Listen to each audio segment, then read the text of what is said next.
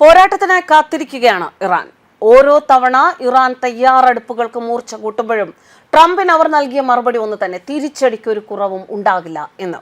ഇതിപ്പോൾ അമേരിക്കൻ പ്രതിരോധത്തിനും ചെറിയ തോതിലെങ്കിലും ഇളക്കം തട്ടിച്ചിരിക്കുകയാണ്. ഇറാന്റെ മിസൈൽ ഡ്രോൺ അമേരിക്കയെ ഭയപ്പെടുത്തുന്നു. ഇറാനെ ആക്രമിക്കാൻ അമേരിക്ക നിയോഗിച്ചിട്ടുള്ള വിമാനവാഹിനി കപ്പലായ എബ്രഹാം ലിങ്കന്റെ മൊത്തം മൂല്യം ഏകദേശം 1,00,000 കോടി രൂപയിലധികമാണ്. അതായത് ലോകത്തെ ചില രാജ്യങ്ങളുടെ മൊത്തം GDP തന്നെ ഇത് കവച്ചുവെക്കും. ഈ യുദ്ധക്കപ്പലിനെ കൊച്ചു ഡ്രോൺ കൂട്ടത്തെ വെച്ച് ഇറാൻ കടലിൽ മുക്കിയാൽ അമേരിക്കയുടെ ചരിത്രത്തിലെ തന്നെ ഏറ്റവും വലിയ നാണക്കേടും തിരിച്ചടിയുമായിരിക്കും അത്. ജനസംഖ്യയുടെ കാര്യത്തിൽ ഏറ്റവും വലിയ മിഡിൽ ഈസ്റ്റ് രാഷ്ട്രവും ഇറാനാണ്. ഏകദേശം 93 ദശലക്ഷം പേരാണ് ഇറാനിൽ ഉള്ളത്. അങ്ങനെയുള്ള ഒരു രാജ്യത്തെ കീഴ്പ്പെടുത്താൻ എന്നത് അമേരിക്കയുടെ സ്വപ്നം മാത്രമായി അവശേഷിക്കുമെന്നാണ് യുദ്ധവിദഗ്ധർ വിലയിരുത്തുന്നത്. ഇറാൻ ഭരണ നേതൃത്വത്തെ തീർക്കാൻ വരുന്നവർ സ്വയം കുഴിച്ച കുഴിയിൽ തന്നെ വീഴും. പ്രതിരോധ വിദഗ്ധർ ചൂണ്ടിക്കാണിക്കുന്നതും അത് തന്നെയാണ്. അമേരിക്ക ഇതുവരെ നിർമ്മിച്ചതിൽ വെച്ച് ഏറ്റവും വലിയ യുദ്ധക്കപ്പലുകളിൽ ഒന്നാണ് USS എബ്രഹാം ലിങ്കൺ.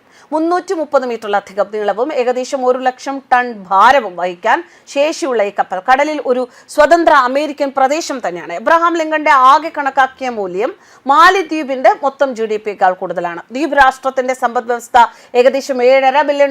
ഇത് ഒരൊറ്റ അമേരിക്കൻ കപ്പലിനേക്കാൾ വളരെ കുറവാണ്. ഏകദേശം $6.3 ബില്യൺ GDP ഉള്ള ഫിജിയുടെ സമ്പദ് വ്യവസ്ഥയും ഈ വിമാനവാഹിനി കപ്പൽ മറികടക്കുന്നുണ്ട്. ഈ ഒരു കപ്പലിലെ സമ്പത്തിന്റെ കേന്ദ്രീകരണം മുഴുവൻ പസഫിക് രാജ്യത്തിന്റെയും വാർഷിക വരുമാനത്തെക്കാൾ വളരെ കൂടുതലാണ്.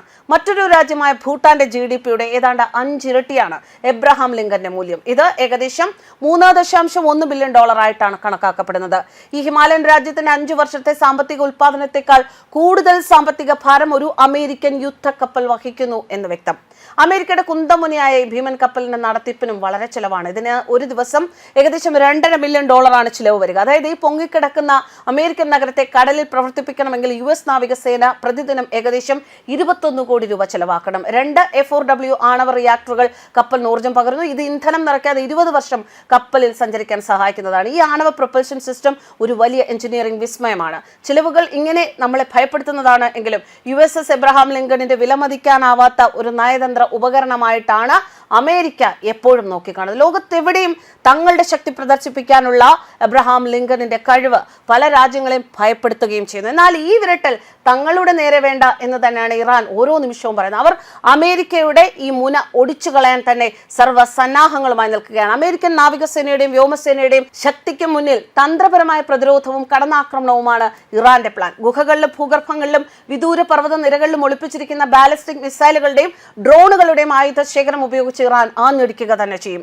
അമേരിക്കൻ വിമാനവാഹിനി കപ്പലിനെ മാത്രമല്ല, ഗൾഫിന്റെ അറേബ്യൻ ഭാഗത്തും പ്രത്യേകിച്ച് ബഹ്റിനിലും ഖത്തറിലും ഉൾപ്പെടെയുള്ള അമേരിക്കൻ താവളങ്ങളും സൗകര്യങ്ങളും ഇറാന് ലക്ഷ്യം നേടാൻ എളുപ്പത്തിൽ സാധിക്കുന്ന പ്രദേശങ്ങളാണ്. 2019 സൗദി അറാംകോയുടെ പെട്രോകെമിക്കൽ സൗകര്യങ്ങൾക്ക് നേരെ ഉണ്ടായ വിനാശകരമായ മിസൈൽ ഡ്രോൺ ആക്രമണം ഇറാഖിലെ ഇറാൻ പിന്തുണയുള്ള ഒരു മിലിഷ്യയുടേതായിരുന്നു. അമേരിക്ക പ്രതിരോധ കോട്ട കെട്ടിക്കാത്തിട്ടും ഇറാനിൽ മിസൈലുകൾക്ക് സൗദിയിൽ ഉന്നം തെറ്റിയില്ല എന്നതും അമേരിക്ക വിസ്മരിക്കരുത്.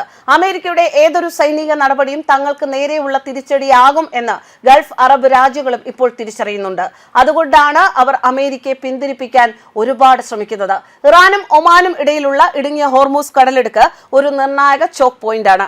ലോകത്തിലെ LNG കയറ്റുമതിയുടെ ഏകദേശം 20% എണ്ണയുടെയും എണ്ണ ഉപോൽപ്പന്നങ്ങളുടെയും 20-25% എല്ലാം എല്ലാ വർഷവും ഈ കടലെടുക്ക് വഴിയാണ് കടന്നുപോകുന്നത്.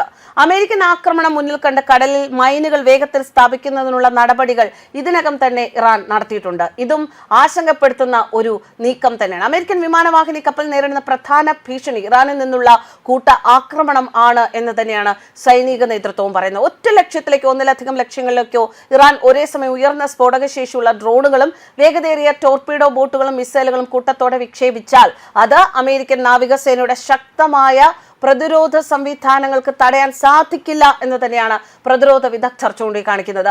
ഇറാന്റെ നാവിക സംഘങ്ങൾ അവരുടെ പരിശീലനത്തിന്റെ ഭൂരിഭാഗവും സജ്ജീകരിച്ചിരിക്കുന്നത് പാരമ്പര്യേതര യുദ്ധത്തിലാണ്. ഇത് അമേരിക്കയ്ക്കും ഒരു വെല്ലുവിളിയാണ്. ഒരു അമേരിക്കൻ യുദ്ധക്കപ്പൽ മുങ്ങുക, അതിലുള്ള ആയിരക്കണക്കിന് സൈനികരും ജീവനക്കാരും സംവിധാനങ്ങളും ഒക്കെ അവസാനിക്കുക, ആയുധങ്ങൾ നശിച്ചുപോകുക, ഇതൊക്കെ പറഞ്ഞാൽ ഈ സാഹചര്യം നടക്കില്ല എന്ന് തോന്നുമെങ്കിലും ഇറാന് അത് അസാധ്യമല്ല എന്നതാണ് സത്യം.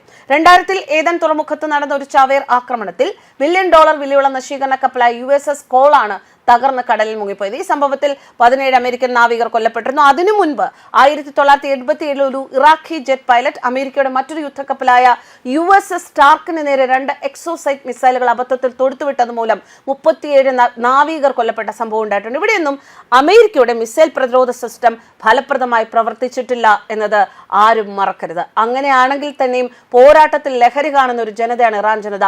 ആ പേർഷ്യൻ കരുത്ത് വല്ലാത്തൊരു കരുത്ത് തന്നെയാണ്. അവർ ഏതറ്റം വരെയും ജയിക്കാൻ വേണ്ടി പോകും എന്നത് മറക്കാനാകില്ല, വിസ്മരിക്കാനാവില്ല. ന്യൂസ് ഡെസ്ക് കർമ്മ ന്യൂസ്.